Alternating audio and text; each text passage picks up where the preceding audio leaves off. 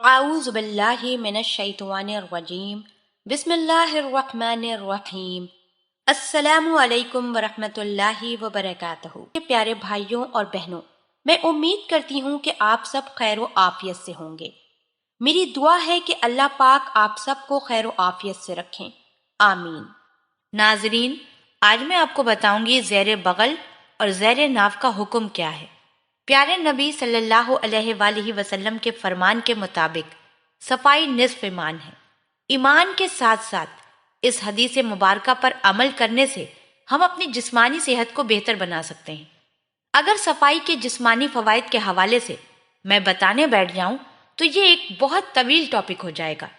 اس زمن میں صرف ایک موضوع پر روشنی ڈالوں گی، وہ ہے غیر ضروری بال۔ طبی طور پر اگر مرد زیر ناف بال روزانہ صاف کریں تو مردانہ کمزوری قریب سے بھی نہیں گزرے گی۔ یہ عمل انتہائی آزمودہ اور مجرب المجرب ہے۔ اگر کسی کو یقین نہ آئے تو 40 دن مسلسل روزانہ زیر ناف استورا کر کے دیکھ لیں۔ زیر ناف کی طرح زیر بغل کی صفائی بھی ہفتہ وار نظافت کا حصہ ہے، اس لیے ضروری ہے جمعے کے دن ان کو صاف کر لیا جائے۔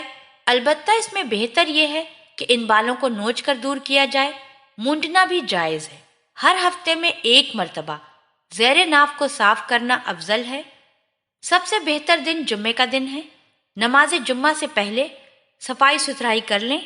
ہر ہفتے میں نہ ہو سکے تو 15 دن کے بعد کریں۔ انتہائی درجہ 40ویں دن ہے، اس سے زیادہ چھوڑنا جائز نہیں۔ اگر 40 دن گزر گئے پھر بھی صفائی نہیں کی تو گناہ گار ہوگا۔ یہی حکم ناخون اور بغل کا ہے۔ زیر ناف میں مرد کے لیے استورا استعمال کرنا بہتر ہے۔ مونڈتے وقت ابتدا ناف کے نیچے سے کریں۔ عورتوں کے لیے سنت یہ ہے کہ چٹکی یا چمٹی سے دور کریں، استورا نہ لگائیں۔ مستجب یہ ہے کہ مرد استورا استعمال کرے اور عورتیں اکھاڑیں، تاہم پاؤڈر اور کریم کا استعمال بھی جائز ہے۔ اللہ پاک ہم سب کو دین کی سمجھ عطا فرمائے اور اس کے مطابق زندگی بسر کرنے کی توفیق عطا فرمائے، آمین۔ آپ ہمارے چینل کو ضرور سبسکرائب کر لیں۔ سبسکرائب کے ساتھ ساتھ ہماری ویڈیو کو لائک بھی کر دیں۔ اللہ پاک آپ سب کو اپنے حفظ و امان میں رکھے۔